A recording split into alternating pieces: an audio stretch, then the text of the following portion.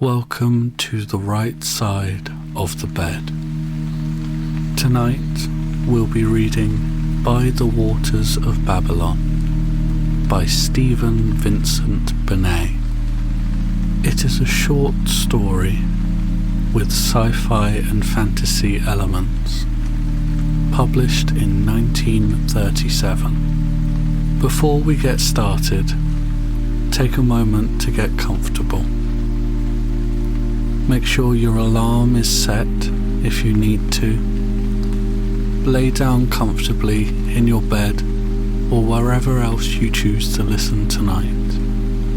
Take some deep breaths and pay attention to your body, letting tension go wherever you can.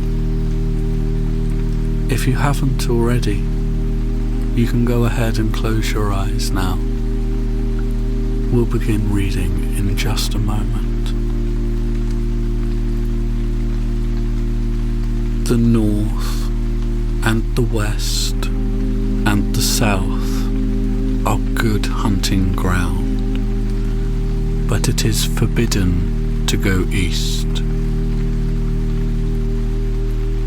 It is forbidden to go to any of the dead places except to search for metal, and then he who touches the metal must be a priest or the son of a priest. Afterwards, both the man and the metal must be purified. These are the rules and the laws. They are well made. It is forbidden to cross the great river and look upon the place that was the place of the gods. This is most strictly forbidden. We do not even say its name, though we know its name.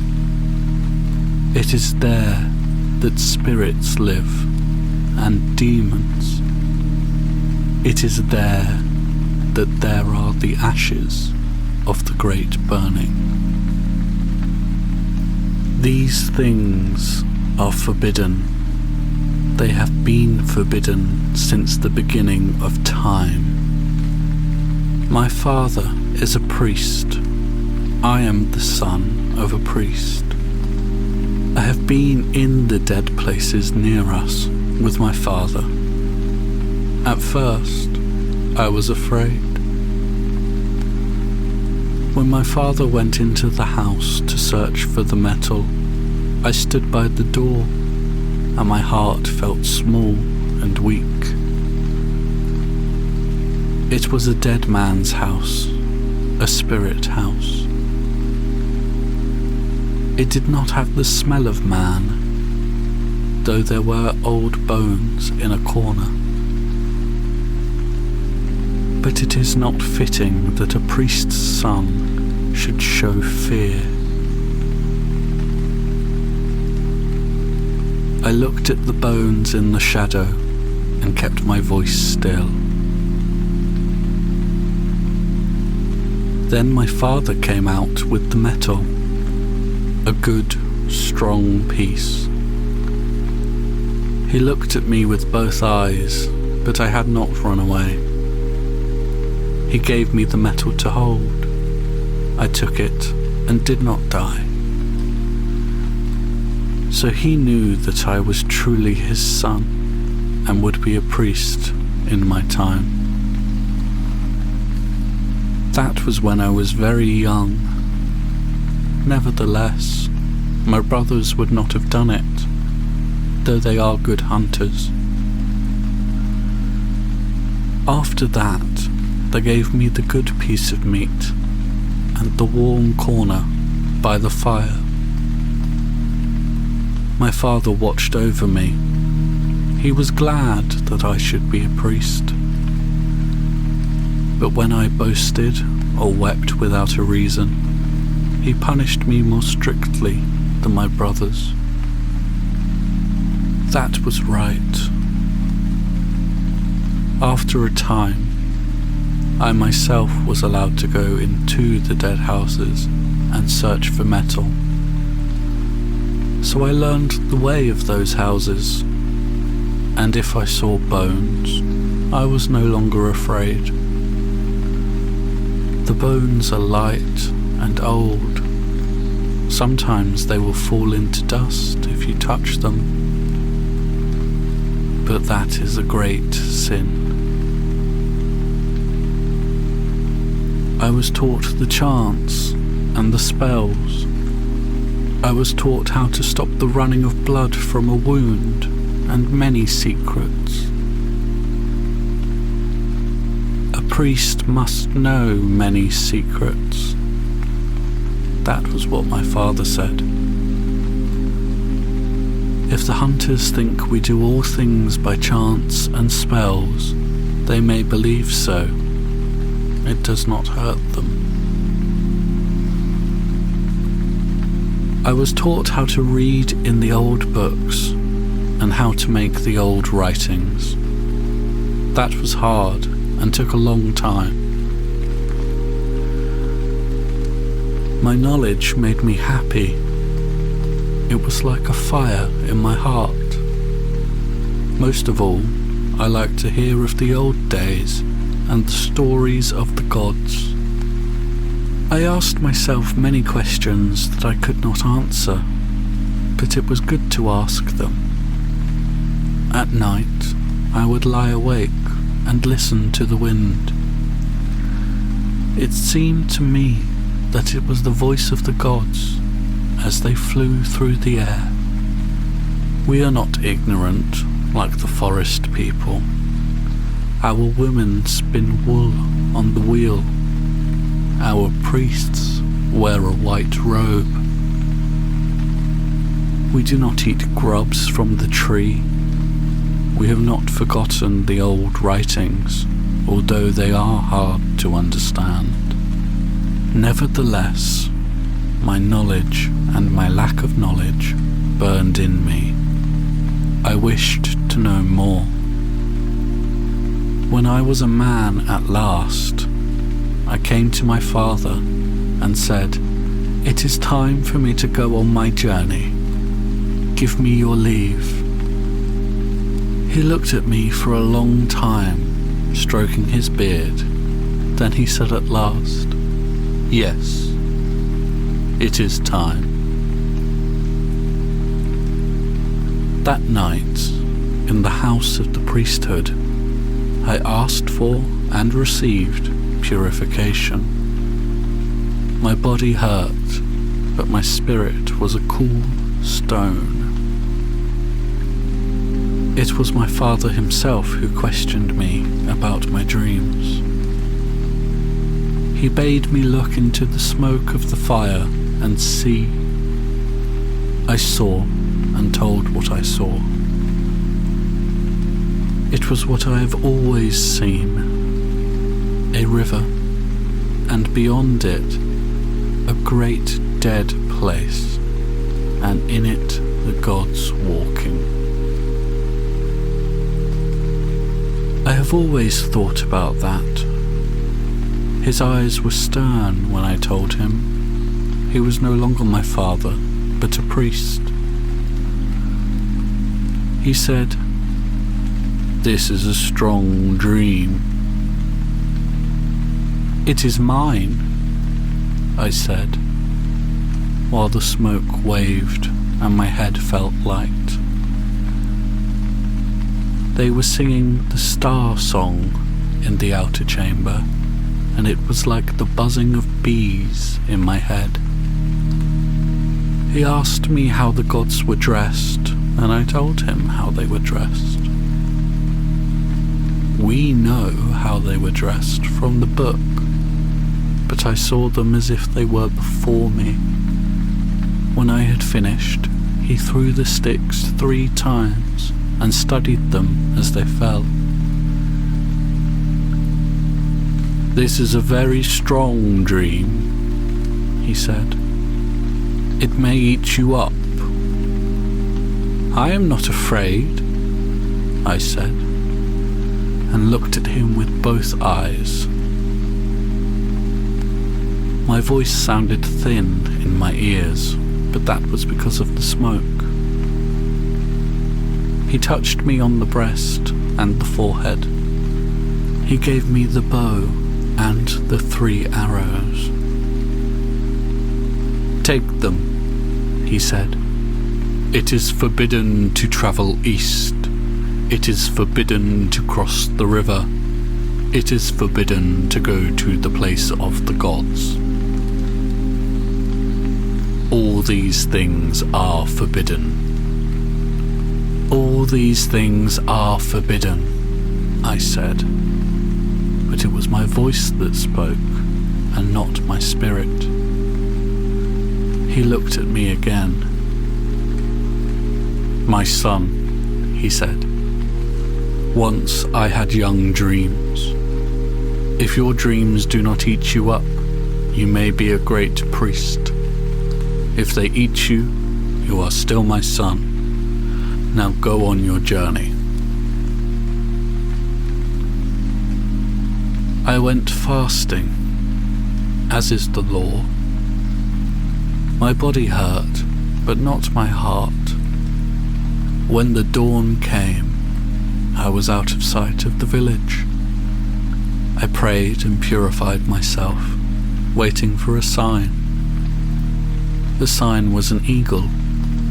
It flew east. Sometimes signs are sent by bad spirits. I waited again on the flat rock, fasting, taking no food. I was very still. I could feel the sky above me and the earth beneath. I waited till the sun was beginning to sink. Then 3 deer passed in the valley, going east. They did not wind me or see me. There was a white fawn with them, a very great sign. I followed them, at a distance, waiting for what would happen. My heart was troubled about going east, yet I knew that I must go.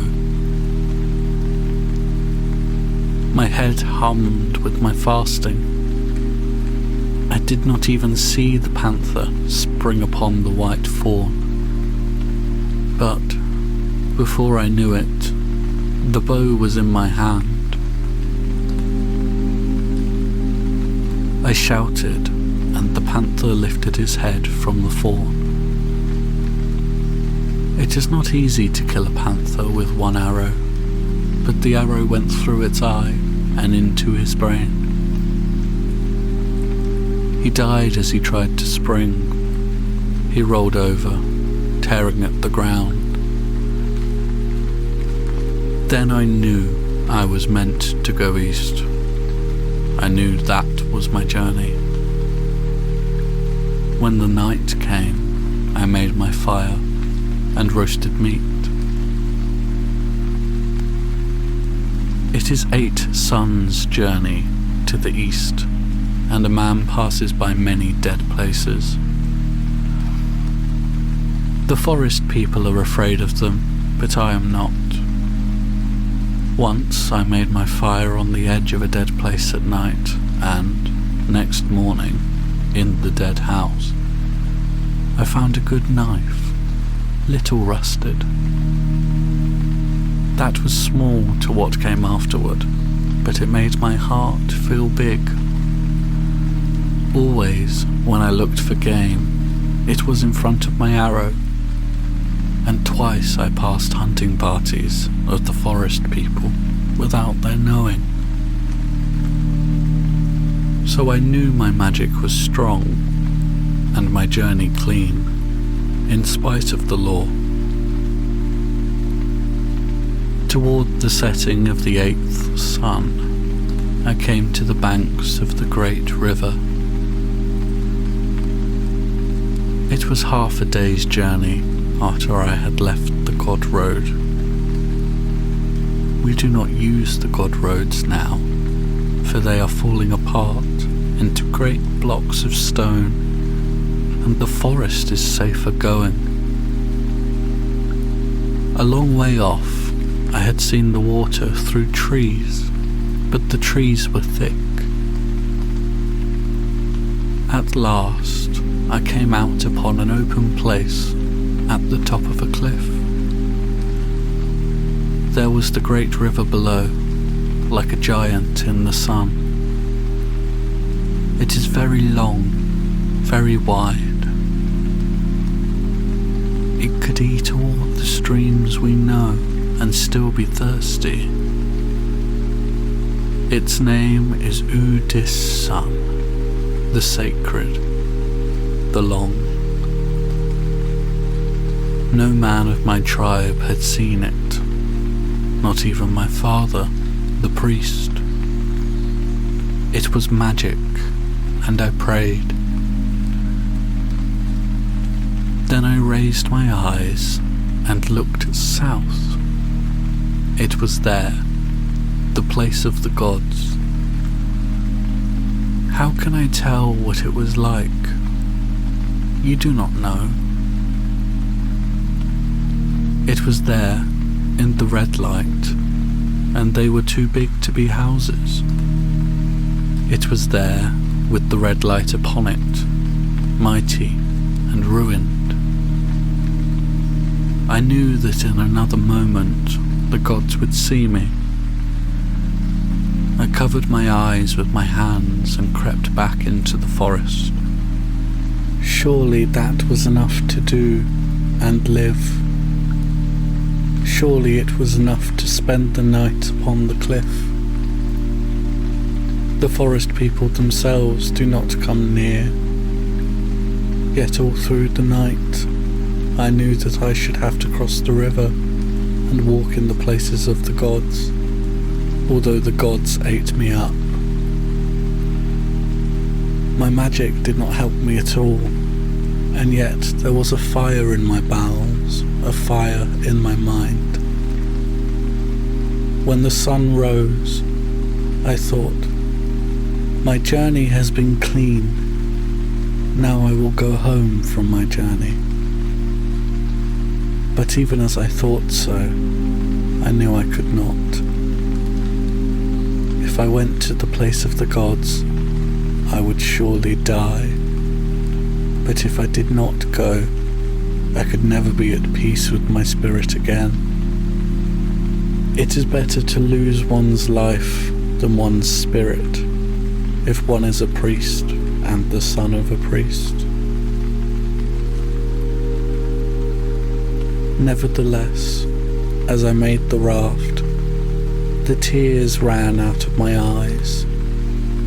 The forest people could have killed me without fight if they had come upon me then, but they did not come. When the raft was made, I said the sayings for the dead and painted myself for death.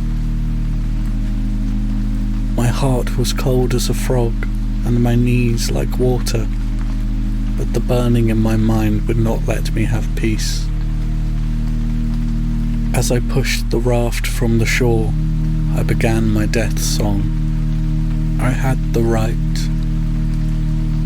It was a fine song. I am John, son of John, I sang.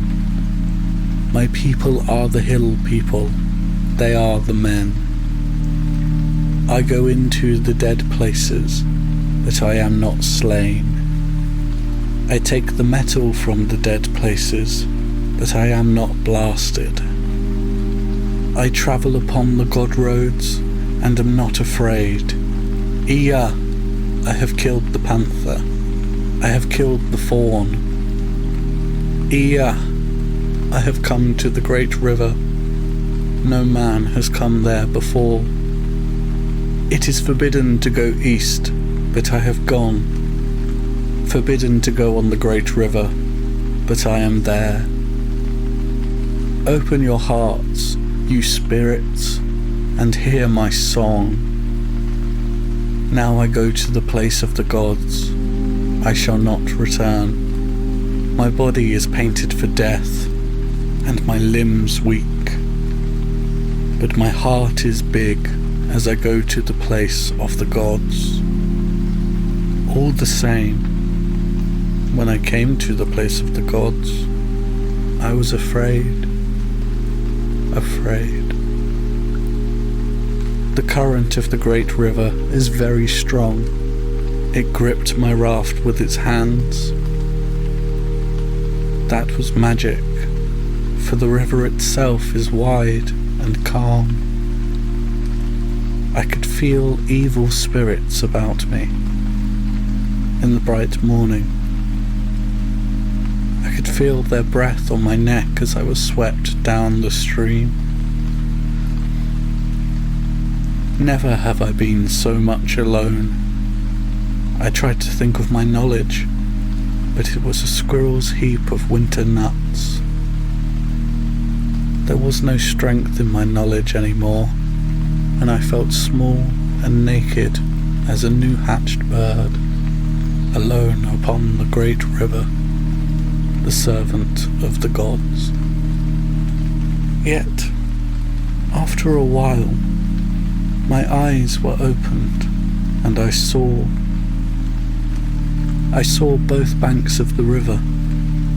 I saw that once there had been many god roads across it, though now they were broken and fallen like broken vines. Very great they were, and wonderful, and broken in the time of the great burning, when the fire fell out of the sky. And always the current took me nearer to the place of the gods, and the huge ruins rose before my eyes. I do not know the customs of rivers. We are the people of the hills. I tried to guide my raft with the pole, but it spun about. I thought the river meant to take me past the place of the gods and out into the bitter water of the legends. I grew angry then. My heart felt strong. I said aloud, "I am a priest and the son of a priest." The gods heard me. They showed me how to paddle with the pole on one side of the raft. The current changed itself. I drew near to the place of the gods.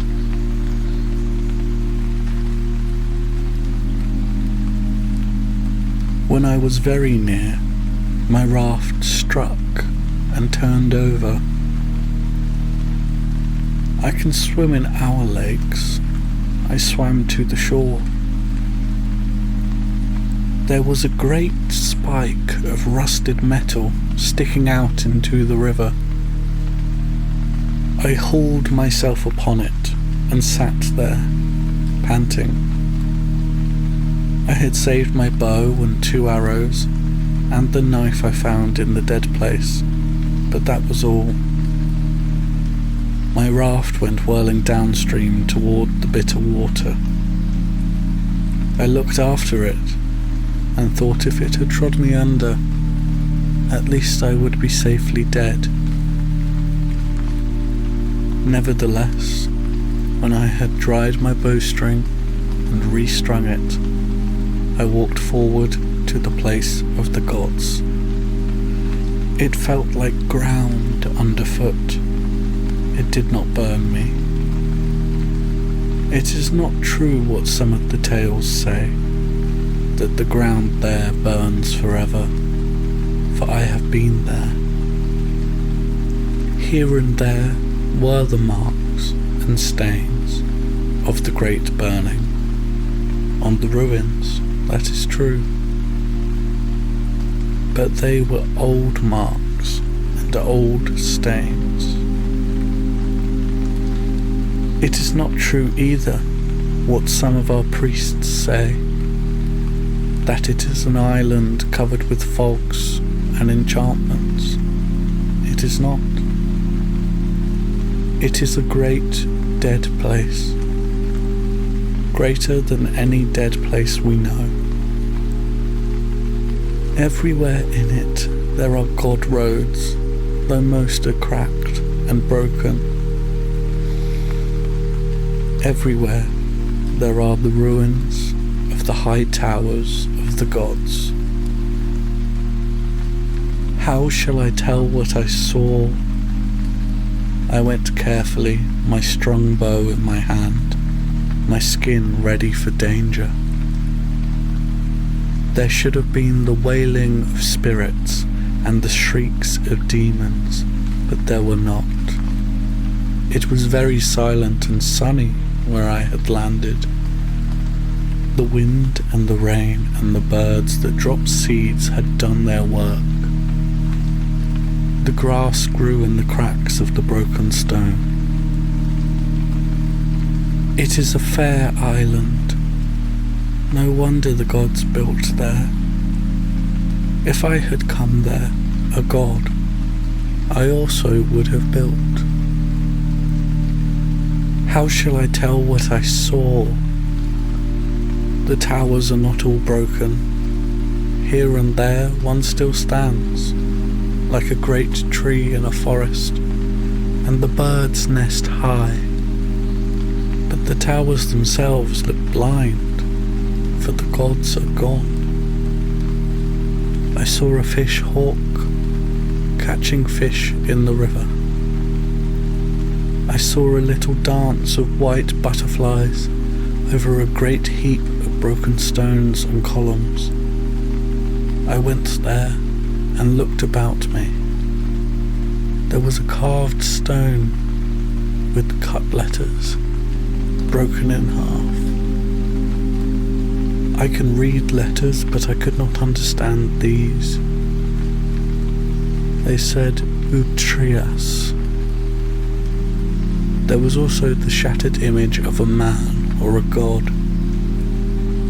It had been made of white stone, and he wore his hair tied back like a woman's. His name was Ashing, as I read on the cracked half of a stone.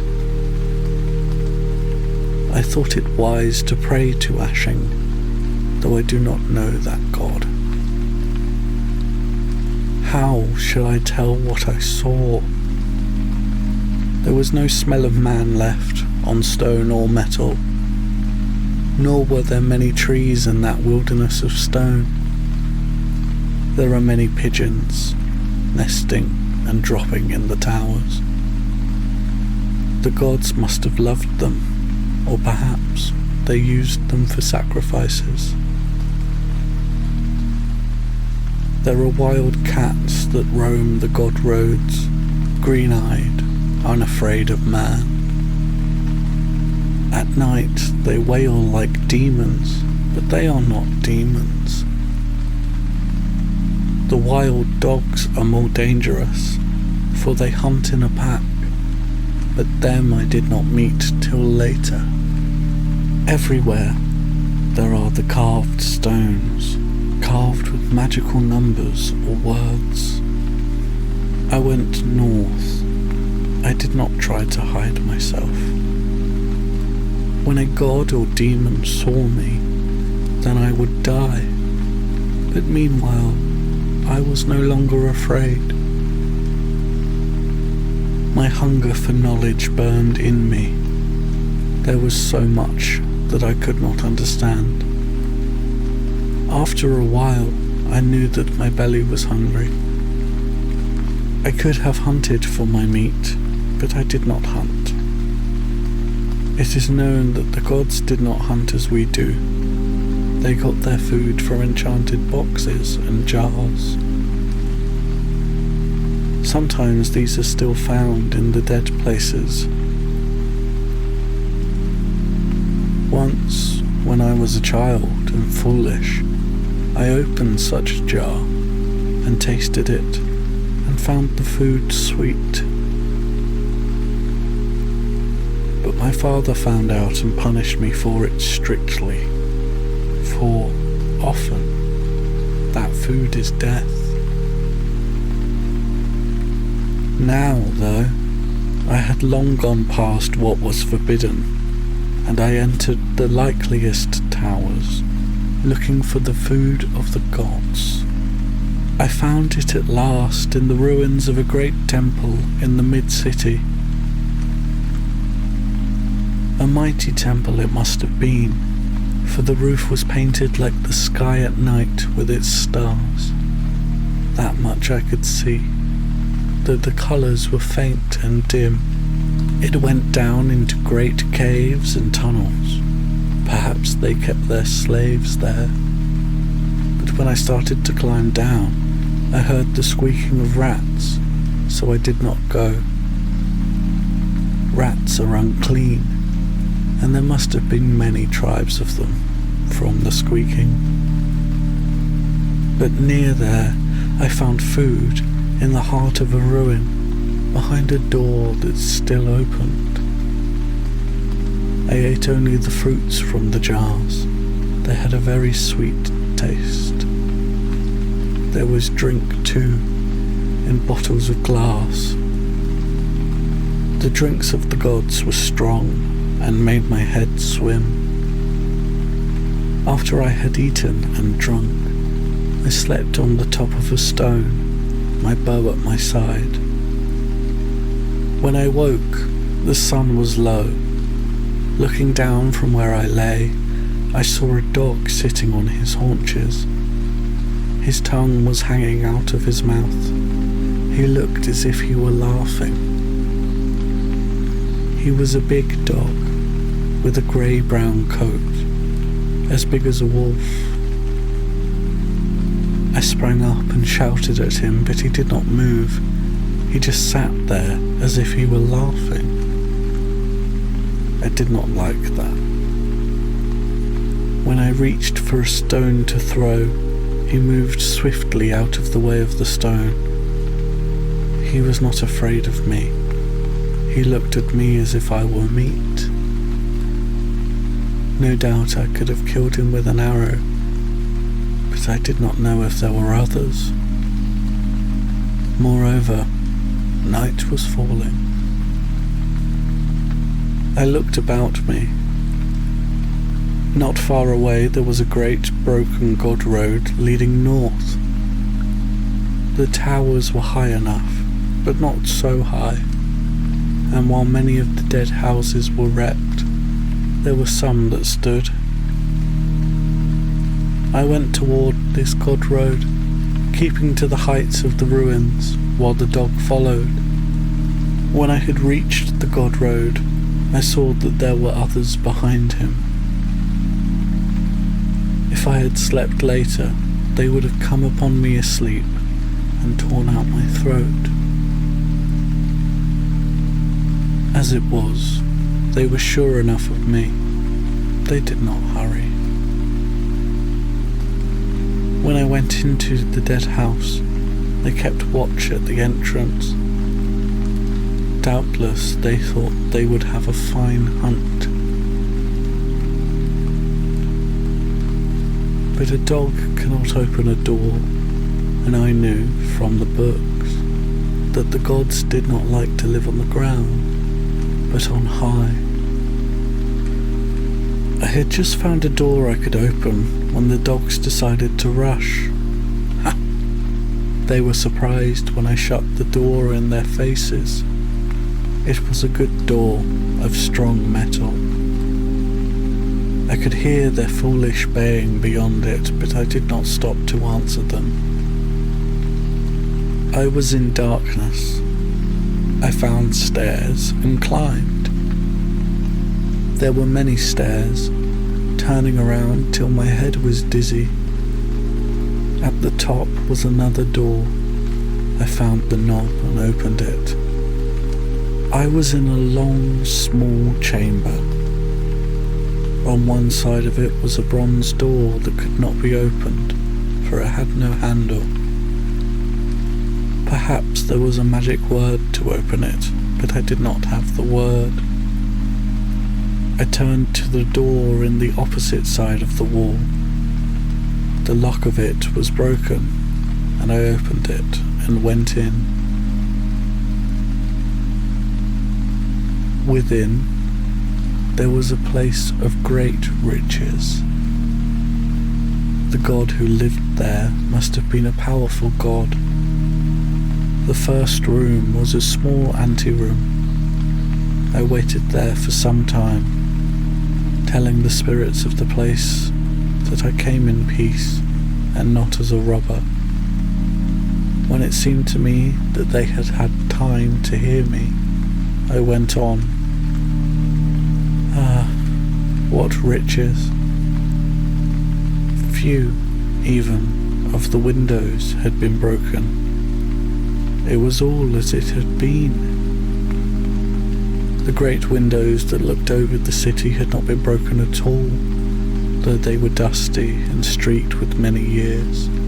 There were coverings on the floors, the colours not greatly faded, and the chairs were soft and deep. There were pictures upon the walls, very strange, very wonderful. I remember one of a bunch of flowers in a jar. If you came close to it, you could see nothing but bits of colour. But if you stood away from it, the flowers might have been picked yesterday. It made my heart feel strange to look at this picture, and to look at the figure of a bird in some hard clay on a table, and see it so like our birds. Everywhere there were books and writings, many in tongues that I could not read. The god who lived there must have been a wise god, and full of knowledge. I felt I had right there, as I sought knowledge also. Nevertheless, it was strange. There was a washing place, but no water. Perhaps the gods washed in air. There was a cooking place, but no wood, and though there was a machine to cook food, there was no place to put fire in it, nor were there candles or lamps. There were things that looked like lamps, but they had neither oil nor wick.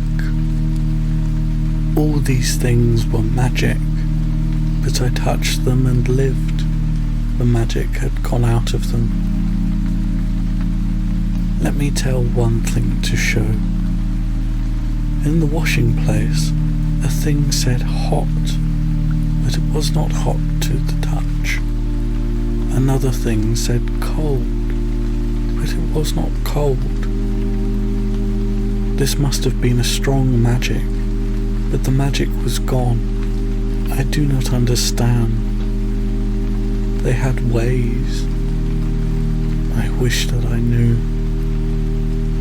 It was close and dry and dusty in their house of the gods. I have said the magic was gone, but that is not true. It had gone from the magic things, but it had not gone from the place. I felt the spirits about me, weighing upon me. Nor had I ever slept in a dead place before, and yet tonight I must sleep there. When I thought of it, my tongue felt dry in my throat, in spite of my wish for knowledge. Almost I would have gone down again and faced the dogs, but I did not. I had not gone through all the rooms when the darkness fell. When it fell, I went back to the big room, looking over the city, and made fire. There was a place to make fire, and a box with wood in it, though I do not think they cooked there. I wrapped myself in a floor covering and slept in front of the fire. I was very tired. Now I tell what is very strong magic. I woke in the mist of the night. When I woke, the fire had gone out, and I was cold. It seemed to me that all around me there were whisperings and voices. I closed my eyes to shut them out. Some will say that I slept again, I do not think that I slept. I could feel the spirits drawing my spirit out of my body as a fish is drawn on a line. Why should I lie about it? I am a priest and the son of a priest. If there are spirits, as they say, in the small dead places near us, what spirits must there not be in that great place of the gods? And would they not wish to speak after such long years? I know that I felt myself drawn as a fish is drawn on a line. I had stepped out of my body. I could see my body asleep in front of the cold fire, but it was not I. I was drawn to look out upon the city of the gods. It should have been dark, for it was night, but it was not dark. Everywhere there were lights, lines of light, circles and blurs of light. 10,000 torches would not have been the same. The sky itself was alight. You could barely see the stars for the glow in the sky. I thought to myself, this is strong magic, and trembled. There was a roaring in my ears like the rushing of rivers. Then my eyes grew used to the light, and my ears to the sound. I knew that I was seeing the city as it had been when the gods were alive. That was a sight indeed. Yes, that was a sight. I could not have seen it in the body. My body would have died. Everywhere went the gods, on foot and in chariots. There were gods beyond number and counting, and their chariots blocked the streets. They had turned night to day for their pleasure. They did not sleep with the sun. The noise of their coming and going was the noise of many waters. It was magic what they could do. It was magic what they did. I looked out of another window. The great vines of their buildings were mended, and the god roads went east and west. Restless, restless were the gods, and always in motion.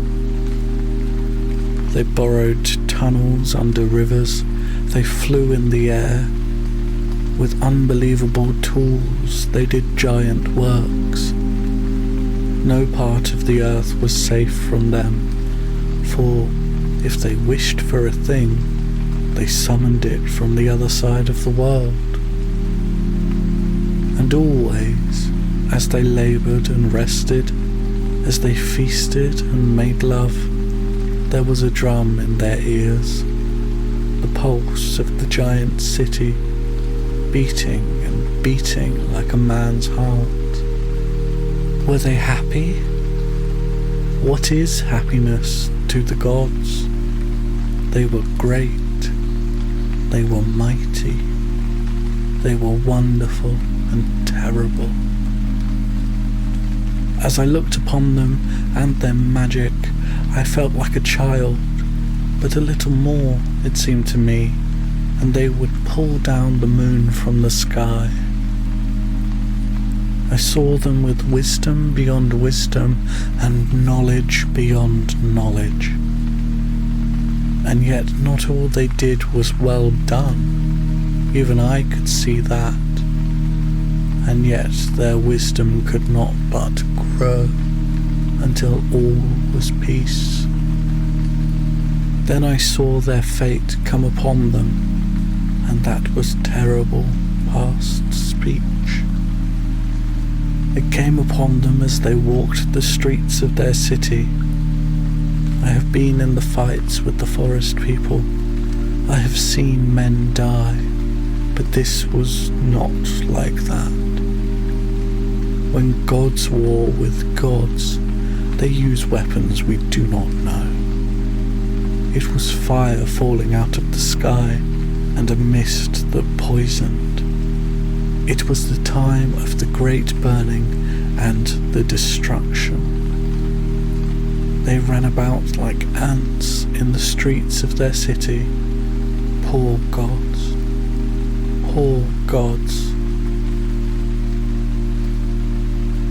Then the towers began to fall. A few escaped, yes, a few. The legends tell it. But even after the city had become a dead place, for many years the poison was still in the ground. I saw it happen. I saw the last of them die. It was darkness over the broken city, and I wept. All this I saw. I saw it as I have told it, though not in the body. When I woke in the morning, I was hungry, but I did not think first of my hunger, for my heart was perplexed and confused. I knew the reason for the dead places, but I did not see why it had happened. It seemed to me it should not have happened, with all the magic they had. I went through the house looking for an answer. There was so much in the house I could not understand, and yet I am a priest, and the son of a priest. It was like being on one side of the great river at night, with no light to show the way. Then I saw the dead god. He was sitting in his chair by the window in a room I had not entered before. And for the first moment I thought that he was alive. Then I saw the skin on the back of his hand. It was like dry leather. The room was shut, hot and dry. No doubt that had kept him as he was. At first I was afraid to approach him. Then the fear left me.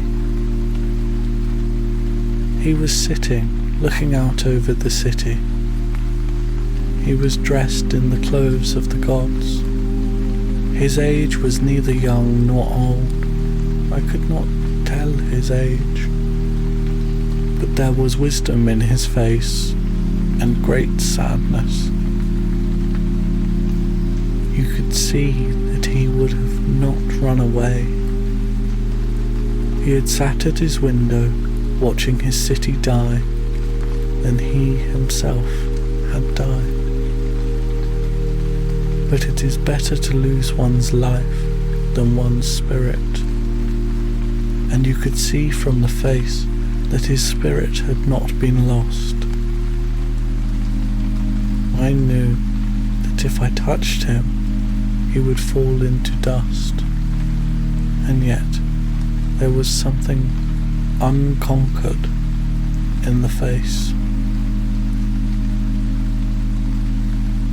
That is all of my story, for then I knew he was a man. I knew then that they had been men, neither gods nor demons. It is a great knowledge, hard to tell and believe. They were men. They went a dark road, but they were men. I had no fear after that. I had no fear going home, though twice I fought off the dogs, and once I was hunted for 2 days by the forest people. When I saw my father again, I prayed and was purified. He touched my lips and my breast. He said, "You went away a boy, you come back a man and a priest." I said, Father, they were men. I have been in the place of the gods and seen it. Now slay me, if it is the law, but still I know they were men. He looked at me out of both eyes. He said, "The law is not always the same shape. You have done what you have done. I could not have done it my time, but you come after me. Tell." I told, and he listened. After that, I wished to tell all the people, but he showed me otherwise. He said, "Truth is a hard deer to hunt. If you eat too much truth at once, you may die of the truth. It was not idly that our fathers forbade the dead places." He was right. It is better the truth should come little by little. I have learned that, being a priest. Perhaps, in the old days, they ate knowledge too fast. Nevertheless, we make a beginning. It is not for the metal alone we go to the dead places now. There are the books and the writings. They are hard to learn, and the magic tools are broken, but we can look at them and wonder. At least, we make a beginning. And when I am chief priest, we shall go beyond the great river. We shall go to the place of the gods, the place New York, not one man, but a company. We shall look for the images of the gods and find the god Ashing and the others, the gods Lincoln and Biltmore and Moses. But they were men who built the city, not gods or demons. They were men. I remembered the dead man's face. They were men who were here before us. We must build again.